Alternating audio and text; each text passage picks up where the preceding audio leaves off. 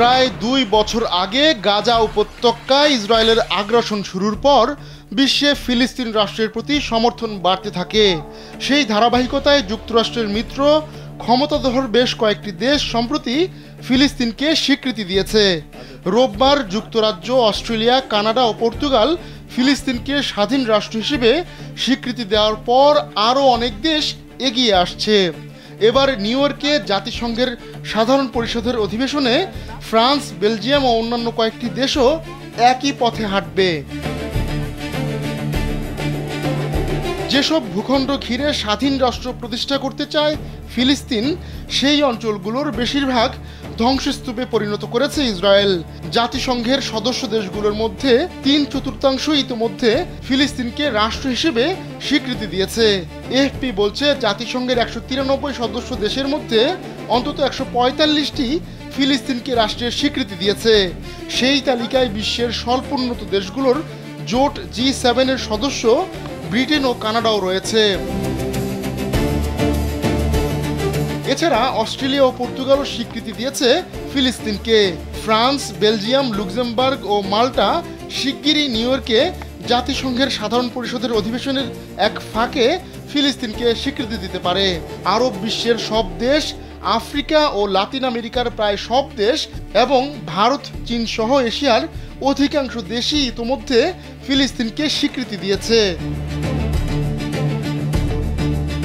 1988 সালের 15 November Palestine liberation organisation PLOর প্রয়াত নেতা ইয়াসির আরাফাতের স্বাধীন ফিলিস্তিন রাষ্ট্র ঘোষণার পরপরই প্রথম দেশ হিসেবে ফিলিস্তিনকে আনুষ্ঠানিক স্বীকৃতি দেয় আলজেরিয়া। তবে 2010-এর দশকে ফিলিস্তিনকে স্বীকৃতির ঢেউ লাগে।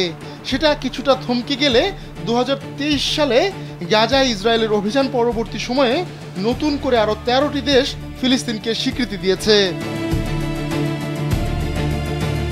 ইসরায়েল, যুক্তরাষ্ট্র, তাদের ঘনিষ্ঠ মিত্ররা সহ অন্তত 45টি দেশ এখনও ফিলিস্তিনকে স্বীকৃতি দেয়নি। এশিয়ার দেশগুলোর মধ্যে রয়েছে জাপান, দক্ষিণ কোরিয়া ও সিঙ্গাপুর। আফ্রিকায় ক্যামেরুন, লাতিন আমেরিকায় পানামা এবং ওশেনিয়ার বেশিরভাগ দেশও ফিলিস্তিনকে স্বীকৃতি দেয়নি। ফিলিস্তিনকে স্বীকৃতি দেওয়া হবে কিনা এ নিয়ে খোদ ইউরোপের মধ্যেই বেশ বিভাজন রয়েছে। এই মহাদেশের কিছু দেশ ফিলিস্তিনকে স্বীকৃতি দিলেও অনেক দেশই দেয়নি। আবার 2010-এর দশকের মাঝামাঝি পর্যন্ত তুরস্ক ছাড়া কেবল সাবেক সোভিয়েত ইউনিয়নের দেশগুলো ফিলিস্তিনকে স্বীকৃতি দিয়েছিল। তবে বর্তমানে হাঙ্গেরি ও চেক প্রজাতন্ত্রের মতো সাবেক পূর্ব ইউরোপীয় দেশগুলো দ্বিপাক্ষিক পর্যায়ে ফিলিস্তিনকে স্বীকৃতি দেয়নি। পশ্চিম ও উত্তর ইউরোপের দেশগুলো এতদিন একসঙ্গে ফিলিস্তিনকে স্বীকৃতি না দেওয়ার পক্ষে ছিল।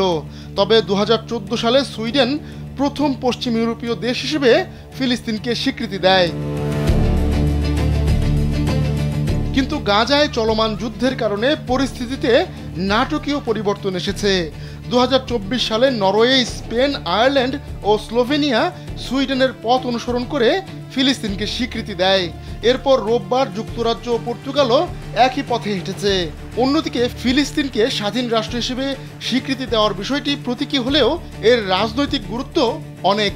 তাই নতুন নতুন দেশ ফিলিস্তিনকে রাষ্ট্র হিসেবে স্বীকৃতি দেওয়ার এই প্রক্রিয়া ইসরায়েলের উপর আরও বেশি চাপ সৃষ্টি করবে। আহমদুল্লাহ শিকদার, কালবেলা।